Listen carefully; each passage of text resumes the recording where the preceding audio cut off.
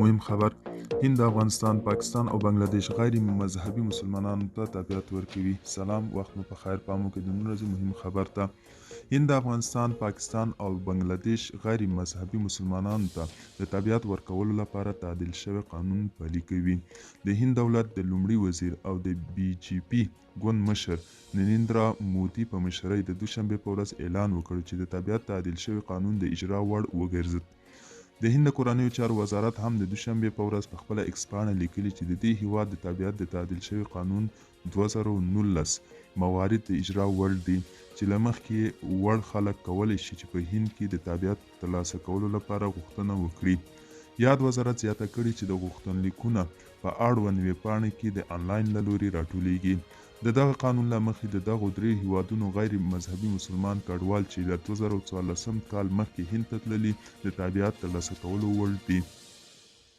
اوس مهال هند د افغانستان سیکانو او هندو مذهبي کډوالو په ګډون د زرګونو افغان کډوالو کوربه توب کوي چې په خپل ژوند یې په هند کې په کډوالۍ کې تیر کړي دي. پرتاپ سنګ یو افغان سیک کډوال چې له 1992 کال راهیسې په هند کې ژوند کوي د دغه قانون د پلي کېدو هرکلی کوي او وایي چې د هند تابعیت په ترلاسه کولو سره به د دوی د ماشومانو ستونزې هوارې شي. نوموړي ازادي راډیو ته وویل دا قانون زموږ کار او د ماشومانو لپاره ډیر ګټور دی. دا قانون دریو هیوادونو لپاره دی. موږ د افغانستان سیکان او اهل هنود د ډیرې ستونزې لرو. ماشومان مو ښوونځي ته نشو تللی، بانکي اکاونټونه مو نشو جوړولی، پاسپورټ مو نشو ترلاسه کولی ځکه تابعیت مو نه درلود. یو بل افغان سیک کډوال دایا سنګ چې له کلونو راهیسې د هند په ډیلي کې ژوند کوي وایي که څه هم د هند تابعیت ترلاسه کول د مجبوریت له مخې دی، خو دا به د دوی اسانتیاوې برابرې کړي. هغه وویل دا زموږ لپاره یو رڼا ده، که څه هم دا دوهم تابعیت د مجبوریت له مخې ترلاسه کوو، خو د هند تابعیت موږ سره مرسته کوي. که کوم دفتر ته ولاړ شو همغه اسانتیاوې چې اتباعو ته ورکول کیږي موږ هم ترلاسه کوو. هغه وایي چې په هر 6 میاشتو کې به د خپلې کورنۍ ویزې نوي کولې چې دا به د دې د ورځني کار پر مخ بیولو او د ماشومانو د زده کړو لپاره ډیر ستونزمن و. خو یو افغان مسلمان کډوال فرهاد وایي چې له تیرو 15 کلونو راهیسې په هند کې ژوند کوي. وایي چې دغه هیواد باید مسلمان کډوالو ته هم تابعیت ورکړي. نوموړي ازادي راډیو ته وویل د هند قانون یوازې اهل هنود ته تابعیت ورکوي.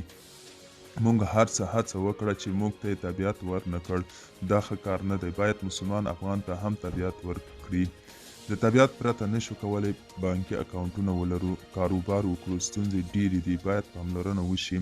د طالبانو حکومت له بیا ځلې واکمنېدو وروسته ډیری افغانان د اقتصادي او امنیتي ستونزو له امله له افغانستانه ووتل او ګاونډي هیوادونو ته کډوال شول.